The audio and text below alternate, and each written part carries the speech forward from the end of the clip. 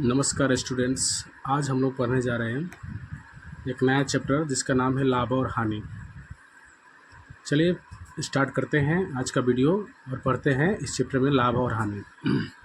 सबसे पहले लाभ और हानि पढ़ने से पहले देखेंगे क्रय क्या चीज़ होता है। क्रय जब हम कोई वस्तु खरीद के लाते हैं बाज़ार से या दुकान से, जिस दाम पर हम खरीद के लाते हैं उसी दाम को क्रय कहते हैं। जैसे कि इसका परिभाषा अगर लिखना चाहें तो लिख सकते हैं जिस मूल्य पर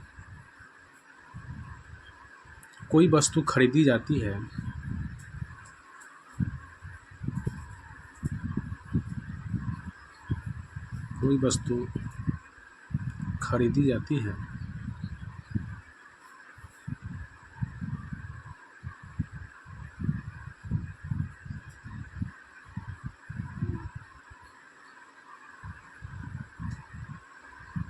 उसे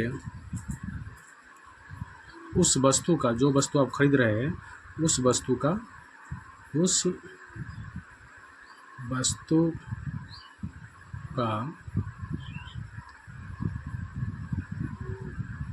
क्रय मूल्य कहे जाते हैं। ठीक है। अब विक्रय मूल्य क्या होता है? विक्रय मूल्य जिस मूल्य पर कोई वस्तु बेची जाती है उसे हम विक्रय मूल्य कहते हैं। जैसे कोई वस्तु आपने खरीद के लाया और उसको कुछ लाभ या कुछ हानि यानी कुछ अधिक रुपया करके या कम रुपया करके बेच दिया, उसे ही हम विक्रय मूल्य कहेंगे। तो इसका लिख देते हैं जिस मूल्य पर कोई वस्तु बेची जाती है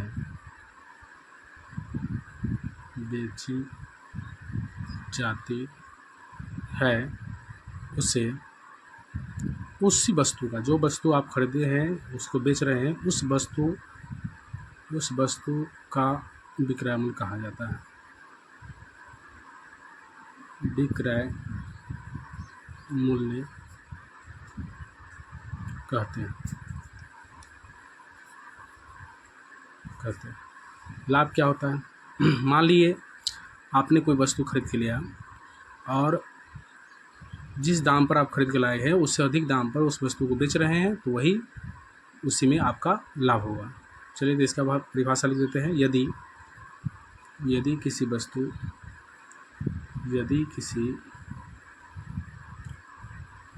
वस्तु का विक्रय मूल्य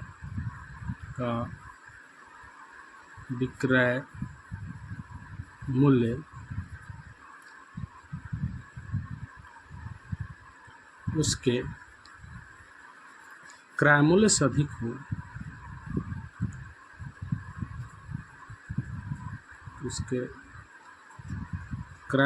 से अधिक हो,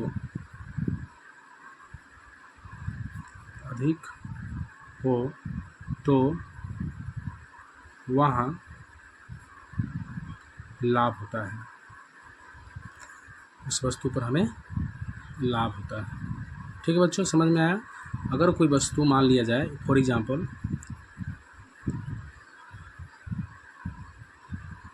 मान लिए कोई वस्तु आपने खरीद के लाया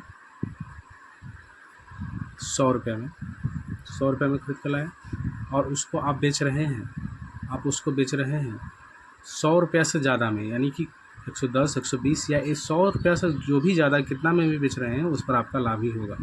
मान लीजिए इस पर 120 रुपये में बेच रहा है तो इसको लाभ हो जाएगा। खरीद के लाया है 100 रुपये में, बेच रहा है 120 रुपये में, यानी कि उसको लाभ हो जाएगा 20 रुपये का लाभ हो जाएगा। ठीक है बच्चों, समझ में आया? अगर कोई वस्तु आप कम में खरीदते हैं और उससे ज़्यादा में बेच लेते हैं तो आपको उस पर लाभ हो जाता है। चलिए बच्चों, अब लाभ की स्थिति में देखते हैं कि लाभ कैसे होता है। तो अगर हम किसी वस्तु को कम मूल्य पर खरीदकर उससे अधिक मूल्य पर बेचते हैं तो उस स्थिति में हमें लाभ होती है। चलिए लाभ की स्थिति को देख लेते हैं। लाभ की स्थिति किस स्थिति में होती है? लाभ की स्थिति, मान लिए आपने कोई वस्तु कम मूल्य पर खरीदा, यानी कि देख लेते हैं एग्जाम्पल के तौर पर एक क्रय मूल्य। किसी वस्तु को आपने 100 रुपये में खरीदा और उसे आप उससे अधिक मूल्य, जैसे कि विक्रय मूल्य मान लेते हैं, विक्रय मूल्य 120 रुपये, 120 रुपये में आप उसे बेच पा रहे हैं तो उस पर आपको लाभ होगा। तो लाभ कैसे ज्ञात करना है इससे हम समझ लेते हैं। लाभ ज्ञात करने के लिए हमें क्या करना पड़ता है, लाभ बराबर लिखेंगे, लाभ बराबर लिखेंगे विक्रय मूल्य, विक्रय मूल्य माइनस क्रय मूल्य। ठीक है बच्चों, जैसे कि 120 रुपया विक्रय मूल्य माने हैं हमने और क्रय मूल्य माना है 100 रुपया। तो अब 120 में से 100 रुपया को घटाएंगे तो कितना हो जाएगा, 20 रुपये, यही लाभ होगा। ठीक है, अगर क्रय मूल्य ज्ञात करना हो तो क्रय मूल्य ज्ञात करने के लिए क्या करेंगे, क्रय मूल्य बराबर, क्रय मूल्य बराबर लिखेंगे विक्रय मूल्य, विक्रय मूल्य माइनस लाभ, क्रय मूल्य बराबर विक्रय मूल्य माइनस लाभ। जैसे कि 120 रुपया विक्रय मूल्य है और लाभ हो रहा है 20 रुपया, तो दोनों को घटाएंगे 100 रुपया होता है, यह जो है क्रय मूल्य होगा। अगर विक्रय मूल्य पता करना होगा तो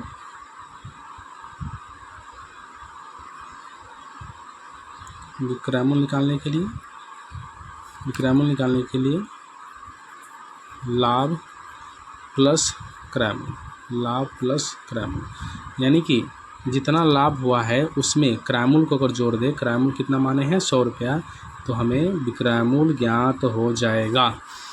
चलिए बच्चों, ये हमने पढ़ा लाभ की स्थिति में क्या क्या कंडीशन होता है लाभ। चलिए बच्चों, अब पढ़ेंगे हानि की स्थिति में। हानि की स्थिति में, हानि की स्थिति में क्या होता है, क्रय मूल्य बड़ा होता है विक्रय मूल्य से, क्रय मूल्य बड़ा होता है विक्रय मूल्य से। अर्थात आप जिस दाम पर किसी वस्तु को खरीद के लाए हैं, जिस मूल्य पर किसी वस्तु को खरीद के लाए हैं, उससे कम उसमें उस वस्तु को अगर बेच रहे हैं, तब उस स्थिति में आपको जो है हानि हो जाएगी। समझे? अर्थात जिस मूल्य पर आपने किसी वस्तु को खरीद कर लाए हैं, उससे कम मूल्य पर आप उस वस्तु को बेच रहे हैं, तो उस स्थिति में आपकी हानि हो जाएगी। फॉर एग्जांपल, मान लिया जाए आपने कोई वस्तु खरीदा है 150 रुपया में और उसको आप बेच रहे हैं कितना, 100 रुपये में, तो उस स्थिति में क्या हो जाएगा बच्चों, आपको हानि हो जाएगी, हानि का सामना करना पड़ेगा। चलिए, तो हानि आप पता कैसे करेंगे कितना हानि हुआ, तो हानि आपको ज्ञात करने के लिए क्या करना होगा, जितना में आप खरीदे हैं यानी क्रय मूल्य में से आपको जो है विक्रय मूल्य को घटाना होगा। देखिए, जैसे ऊपर हमने लिखा कि 150 रुपये क्रय मूल्य किसी वस्तु का था और उसका विक्रय मूल्य 100 रुपया हुआ, तो उसमें हानि कैसे ज्ञात करेंगे, तो 150 रुपये में खरीदा गया था और 100 रुपये में बेचा जा रहा है, तो उस पर जो है 50 रुपये का हानि हो जाएगी।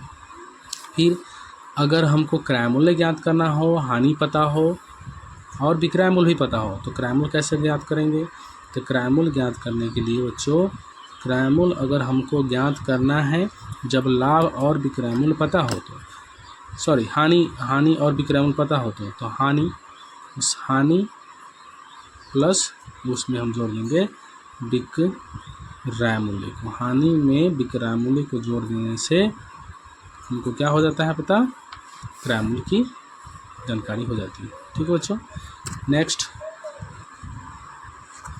अगर हमको विक्रय मूल्य ज्ञात करना हो तो विक्रय मूल्य ज्ञात करने के लिए अगर हमको क्रय मूल्य और हानि पता है, तब विक्रय मूल्य ज्ञात करने के लिए जितना क्रय मूल्य है बच्चों, उसमें से हम हानि को घटा लेंगे तो हमें विक्रय मूल्य पता हो जाएगा। ठीक है, चलिए अगर लाभ हुआ है तो लाभ प्रतिशत भी ज्ञात करना होगा। तो लाभ प्रतिशत ज्ञात करने के लिए या प्रतिशत लाभ ज्ञात करने के लिए कैसे ज्ञात करेंगे? तो प्रतिशत लाभ बराबर कैसे ज्ञात करते हैं? जितना आपको लाभ हुआ है उसमें गुना करना है 100 से और बट्टा जितना में आप उस वस्तु को खरीदे हैं, यानी कि उस वस्तु का क्रय मूल्य से भाग दीजिएगा तो आपको प्रतिशत लाभ पता चल जाएगा, प्रतिशत लाभ निकलेगा। फिर अगर प्रतिशत हानि ज्ञात करना हो तो उसी तरह जितना हानि हो रहा है उतना उसमें 100 से गुना करेंगे।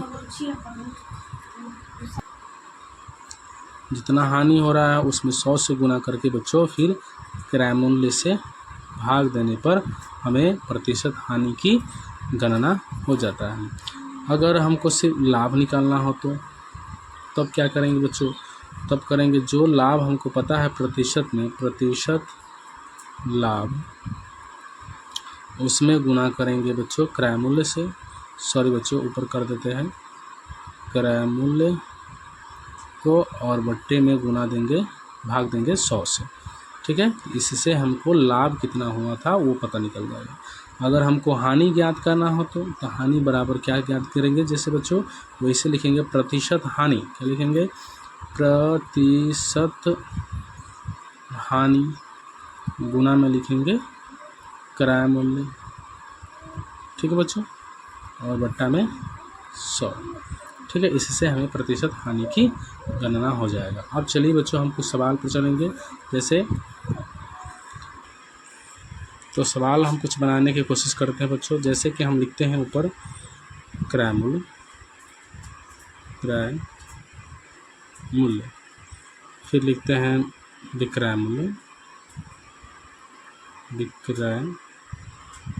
मूल्य, और फिर लिखते हैं लाभ अथवा लिखते हैं लाभ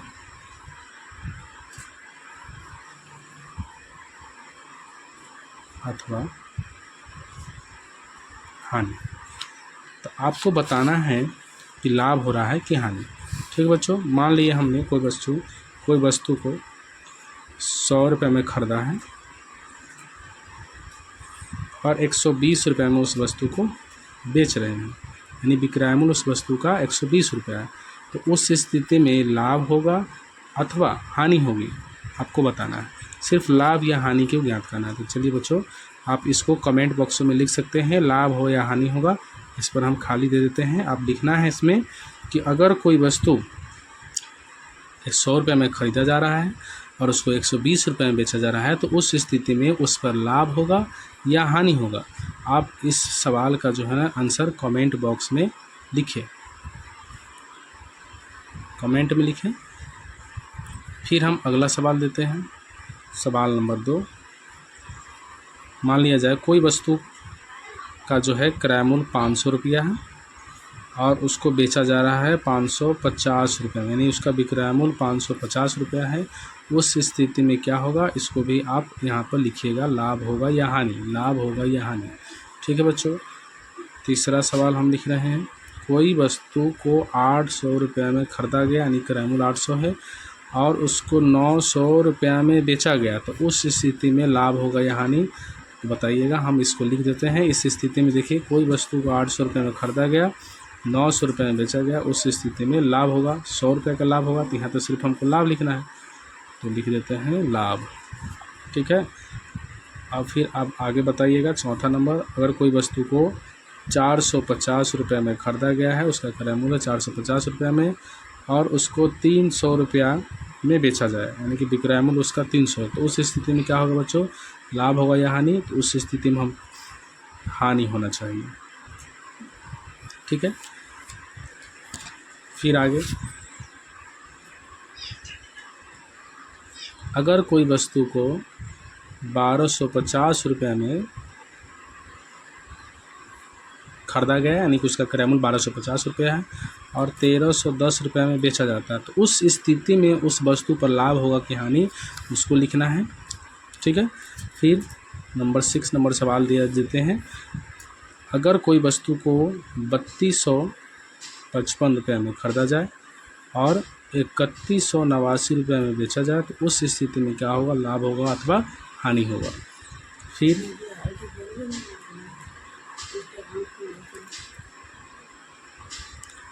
अगर किसी वस्तु को हम 418 रुपये में खरीदते हैं, यानी उसका क्रय मूल्य 418 रुपया है और उसका विक्रय मूल्य 4,418 रुपया है और उसका विक्रय मूल्य 4,312 रुपया है, तो उस स्थिति में लाभ होगा हानि, लाभ होगा या हानि, उसको बताना है। ठीक है, ये सारे सवालों को आप लिख करके जवाब दें। नेक्स्ट, अब हम छोटे छोटे प्रश्नों को हल करेंगे। जैसे कि मान लेते हैं यदि किसी वस्तु को, या ऐसे लिखते हैं यदि 50 रुपया की कलम, 50 रुपया में आप कोई कलम खरीदते हैं, ठीक है, और 70 रुपया में बेच देते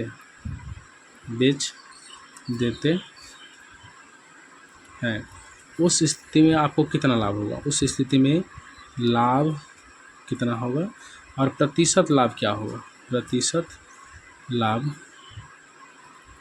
क्या होगा।